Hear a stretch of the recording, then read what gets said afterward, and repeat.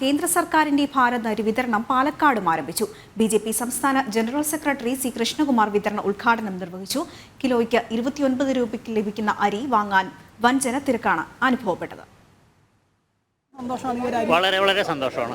Market വിലയെക്കാട്ടും പകുതി വിലയ്ക്ക് കിട്ടുന്നുണ്ട്. വളരെ സന്തോഷമാണ്. പൊള്ളുന്ന വിലയാണ്. 29 മാർക്കറ്റ് കിട്ടില്ല. മാത്രം പോരാലോ, ഇതുകൊണ്ട് ചോറ് വെക്കാം, കറി വെക്കാൻ ചെയ്യും.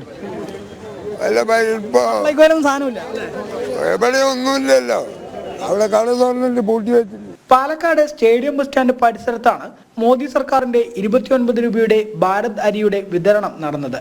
നാഷണൽ കോഓപ്പറേറ്റീവ് കൺസ്യൂമേഴ്സ് ഫെഡറേഷൻ വഴിയായിരുന്നു അരിയുടെ വിതരണം.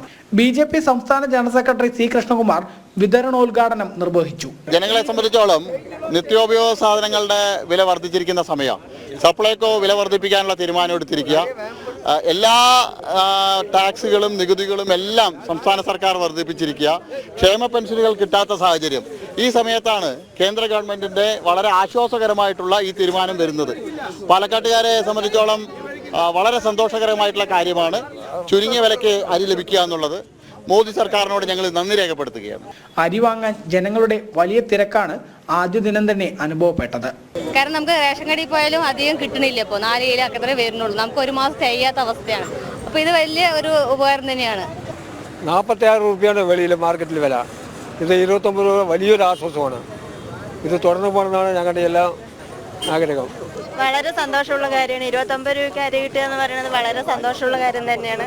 ഞങ്ങളുടെ പാവപ്പെട്ട പോലുള്ളവർക്ക് ഇതൊരു സഹായം തന്നെയാണ്. നേരത്തെ തൃശ്ശൂരിലും അരി വിതരണം ചെയ്തിരുന്നു. ഈ ആഴ്ച തന്നെ എല്ലാ ജില്ലകളിലും ഭാരത് അരി വിതരണം ആരംഭിക്കാനാണ് NCCFന്റെ തീരുമാനം. കൂടാതെ കൂടുതൽ ഔട്ട്ലെറ്റുകൾ തുടങ്ങുന്നതിനെ കുറിച്ചുൾപ്പെടെ ആലോചിക്കുന്നുണ്ട്. ഭാരത് അരി വിതരണം ആദ്യ ദിനം തന്നെ പാലക്കാട് ജില്ലയിൽ വലിയ തിരക്കാണ് അനുഭവപ്പെട്ടത്. വരും ദിവസങ്ങളിൽ ജില്ലയുടെ വിവിധ ഭാഗങ്ങളിൽ അരി വിതരണം ചെയ്യാനാണ് ബന്ധപ്പെട്ട അധികൃതർ ഉദ്ദേശിക്കുന്നത്. ക്യാമറമാൻ PR മനൂപിനൊപ്പം അരുൺ ആലത്തൂർ, ജനം, പാലക്കാട്.